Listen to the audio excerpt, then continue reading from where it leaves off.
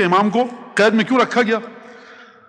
179 بچوں کے لیے 179 ہجری میں ہارون رشید حج کے لیے آیا، اور اس کے بعد وہ آیا کہاں پر؟ مدینہ زیارت کے لیے۔ موسیٰ کاظم کو بلایا گیا، جلدی جلدی بتا رہا ہوں اپنے الفاظ میں۔ امام آئے، کہا کہ میں تفاخر کروں سب کے سامنے، السلام علیکم یا ابن عم یا رسول اللہ، اے میرے چچا کے بیٹے رسول خدا آپ پر سلام ہو۔ اب امام موسیٰ کاظم کیسے سلام کرے؟ السلام علیکم یا ابت، سلام ہو آپ پر اے بابا جان۔ کہا کہ کیف صرتم اقرب الی رسول اللہ منا، یہ تم نے باپ کیا کیوں مخاطب کیا رسول خدا کو؟ ہم چچا کہہ رہے ہیں، چچا کے بیٹے، اور تم باپ کہہ رہے ہو، تم کہاں سے؟ امام نے کوئی لمبی چوڑی بات نہیں کی، کہا کہ دیکھو لو بعث رسول اللہ حیا فخطب احد کریمتک اتزوجها به، رسول خدا زندہ ہو کر آ جائیں اور آ کر تجھ سے تیری بیٹی کا رشتہ مانگیں، تو دے گا کہ نہیں دے گا؟ کہا کہ بالکل دوں گا، وَأَفْتَخِرُ بِذَلِكَ، نہ صرف یہ کہ رشتہ دوں گا، فخر کروں گا۔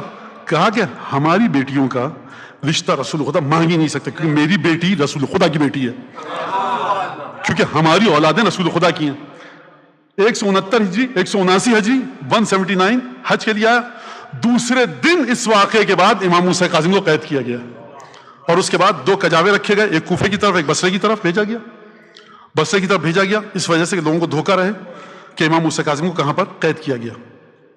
عیسیٰ ابن جعفر کے قید خانے میں قید کیا گیا بصرے میں، پھر اس کا کوفے کی طرف جو کجاوا دھوکے کے لیے بھیجا گیا تھا، پھر اس کے بعد امام کو فضل بن ربی کے قید خانے میں زندان میں قید کیا گیا، ایک اور عباسی خاندان سے تعلق رکھتا تھا اس کے قید خانے میں قید کیا گیا، آخری زندان جو تھا وہ امام موسیٰ کاظم کو رکھا گیا ابن شہاب کے زندان میں۔ اور پھر جب کہا جاتا تھا برمکی خاندان کے ایک شخص کے زندان میں رکھا گیا اور کہا گیا کہ جس زندان کے بارے میں کہا جاتا کہ تم امام موسیٰ کاظم کو قتل کر دو، تو جواب یہ آتا ہم نے کوئی برائی نہیں دیکھی ہے۔ اور اس خط کو پڑھیے گا جا کر، جو خلیفہ کے رشتہ دار نے لکھا کہ یہ حتیٰ اے ہارون تمہارے لیے بھی بد دعا نہیں کرتا، میں نے نہیں سنی بد دعا۔ پھر اس کے بعد بغداد میں امام کو 1 سال کے لیے آزاد کیا گیا۔ وہ جو آپ کو واقعات دکھتے ہیں بغداد میں وہ اسی 1 سال کے ہیں جب امام کو آزاد کیا گیا مجبوراً، اور اس کے بعد دوبارہ جب امام کی مقبولیت بڑھی تو امام کو بغداد کے زندان میں ابن شہاب کے زندان میں قید کیا گیا۔ ہارون اپنے قصر پہ آیا، محل پہ، اور زندان کے صحن میں دیکھا، اس نے دیکھا کہ صحن میں ایک کپڑا پڑا ہوا ہے۔ اچھا دیکھیے، میں نے ابھی یہ نہیں پڑھا کہ ابن شاہق نے 30 سے 40 سیر وزنی ہتھکڑیاں اور بیڑیاں امام کو میں نے ابھی یہ تو نہیں پڑھا، آپ کی گریے کی آوازیں بلند ہوئی۔ مجھے یہ بتائیے، ایک سوال کا جواب دیجئے آپ، کہ جب عالم خلد سے سیدہ دیکھتی ہوں گی کہ امام موسیٰ کاظم کی 18 بیٹیاں باپ کی جدائی کے کرب میں مبتلا ہیں، اور میرے بیٹے موسیٰ کاظم کو آپ کے گریہ کی آوازیں بلند ہو چکی ہیں، سیدہ کس انداز سے گریہ کرتی ہوں گی عالم خود؟ ہارون نے پوچھا یہ کیا چیز ہے، یہ لباس کیسا پڑا ہے؟ زندان باندھنے کا امیر مومن غور سے دیکھیے، یہ موسیٰ کاظم ہے، فجر کے بعد جو سجدے میں جاتا ہے تو بھی ظہر کے بعد سر اٹھاتا ہے۔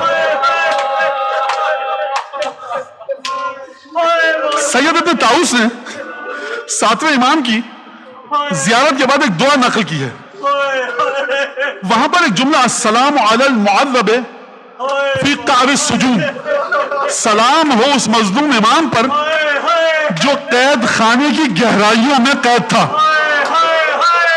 یہ قید خانے کی گہرائی کا مطلب سمجھے آپ؟ السلام علیکہ المحبوس فی المطامیر، سلام ہو اس ذات پر کہ جو مطامیر میں قید تھا۔ صلوات اللہ والسلام علیہ صلی اللہ علیہ ابو الحسن۔ مطامیر سمجھتے ہیں کس کو کہتے ہیں؟ وہ کٹھریا ہو کہ جس میں دھوپ کا گزر نہ ہو، زمین کی تہ میں قید خانہ ہو جس میں نہ ہوا کا گزر ہو. اور روایت میں لکھا ہے کہ امام کو باہر نہیں نکالا جاتا تھا صرف اور صرف نماز کے لیے، یا جب امام چاہتے تھے کہ وضو کریں تب نکالا جاتا. مجھے آپ یہ بتائیے کہ اندھیری کوٹھریوں میں جس امام کو 20 سے 30 سیر کے قریب، یہ لکھا ہے راویوں نے، بیڑیوں اور زنجیریں پہنائی گئی ہوں اور اس کے باوجود اس طرح وہ عبادت کرے. آخر کار وہ وقت آیا، کھجور یا انگور لائے گئے زہرالود. علماء نے لکھا ہے جو آخری قید خانہ تھا نا بغداد میں، سب سے زیادہ تشدد یہی مظلوم کرتا تھا. اور اس کے بعد امام کو زہر دیا گیا. امام نے 10 عدد خرمے یا انگور کھائے. اس مظلوم نے کہا مزید کھائیے. امام نے کہا جو کام تو چاہتا تھا وہ 10 کے ساتھ ہو جائے گا. اب عزیزو امام کے بدن میں چلنے پھرنے کی طاقت نہ رہی. امام بستر شہادت پر ہی بغداد کے مومنین کو بلایا گیا، دیکھو تمہارا امام ہے، ہم نے کوئی تشدد نہیں کیا، زنجیروں میں نہیں باندھا، زنجیریں کھول دی گئی تھی. اور اس کے بعد کہا گیا دیکھ لو اپنے امام کو.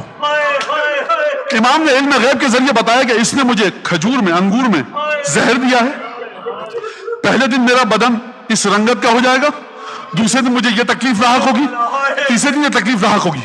ایسے میں ایک جملہ بتاؤں اور اس کے بعد نہ جانے امام کی نگاہ امامت میں کیا دیکھا، اور ایک جملہ کہا خبردار میری قبر کی مٹی کو تبرک کے طور پر مت بنانا. جس کی قبر کی مٹی تبرک ہے وہ صرف میرا جد بزرگوار حسین ابن علی میرا مظلوم جد ہے. یعنی امام موسیٰ کاظم بستر شہادت پر بھی حسین کے مصائب کو یاد کر رہے ہیں. پس ایک دفعہ امام 25 رجب کا دن آیا، امام کی روح بدن سے نکلی.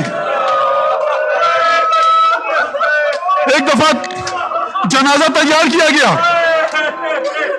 حاکم کے دل میں عجیب بغض ہے، کہا 4 کہاروں کو لے کر جاؤ اور توہین کے ساتھ کہو. دیکھیے جو جملہ میں کہہ سکتا ہوں نا وہ کہوں گا، جو جملہ میں بتا بھی نہیں سکتا منبر سے، کہ جو جملہ امام کے لیے کہا گیا یہ بتاؤ کہ یہ رافضیوں کا امام ہے.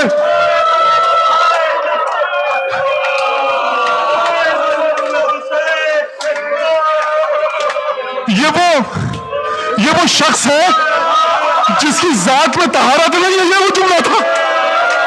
ایک دفعہ بادشاہ کے چچا نے دیکھا، کہا کہ یہ آواز لگا حاضر طیب ابن طیب، یہ وہ پاک ہے جو پاکوں کی اولاد ہے. امام کو دفن کیا گیا. 8ویں امام باجازہ امامت آئے، کاظمین میں نماز پڑھائی. دوبارہ امام رضا مدینہ گئے. جب مدینہ گئے ہوں گے 17 بہنیں ہیں، بہنوں نے دیکھا ہوگا کہ ہمارے بابا موسیٰ کاظم شہید ہو گئے. بہنوں نے بھائی سے پوچھا ہوگا کہ بھیا آئے کیا حال تھا، جنازہ کس طرح کا تھا. ایک بہن آئی ہوگی، امام رضا کو دیکھا ہوگا، امام نے کلیجے سے لگایا ہوگا، بہنوں نے گریہ کر کے سکون آیا ہوگا. میں کہوں گا اے امام موسیٰ کاظم یہ آپ کی امامت تھی. ایک امام وہ بھی تھا جب گھوڑے سے زمین پر گرا تو کوئی نہ تھا کہ جو مدد کے لیے آتا. بہنوں تک خبر کیسے گئی؟